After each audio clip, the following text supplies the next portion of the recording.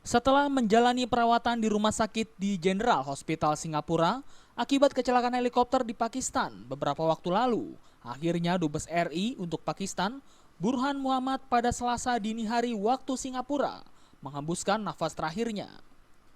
Mendengarkan kabar duka ini, Presiden langsung mengucapkan bela sungkawa. Ucapan bela sungkawa ini disampaikan Jokowi saat membuka rapat paripurna di kantor Presiden Jakarta Selasa pagi.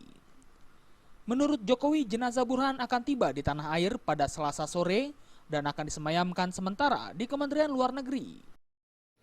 Dan jenazah berencana akan tiba di Jakarta sore hari, disemayamkan di Gedung Pancasila di Kementerian Luar Negeri guna memberikan penghormatan secara resmi, dan kemudian malam jenazah akan dibawa ke rumah duka di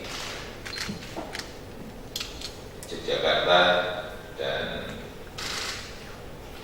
disemayamkan di tempat peristirahatan. Sebelumnya, Burhan dan istrinya Heri Listiawati mengalami kecelakaan saat menaiki helikopter di Pakistan untuk memenuhi undangan Perdana Menteri Pakistan 8 Mei lalu. Helikopter itu jatuh di kawasan pegunungan Gilgit akibat kendala mesin. Istri Burhan tewas di tempat kejadian, sedangkan Burhan sempat selamat meski mengalami luka bakar parah.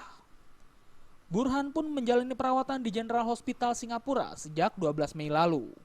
Beberapa kali Burhan menjalani operasi untuk mengatasi luka bakar yang dialaminya, namun ajal berkata lain. Dari Jakarta, Rifan Alfidian melaporkan.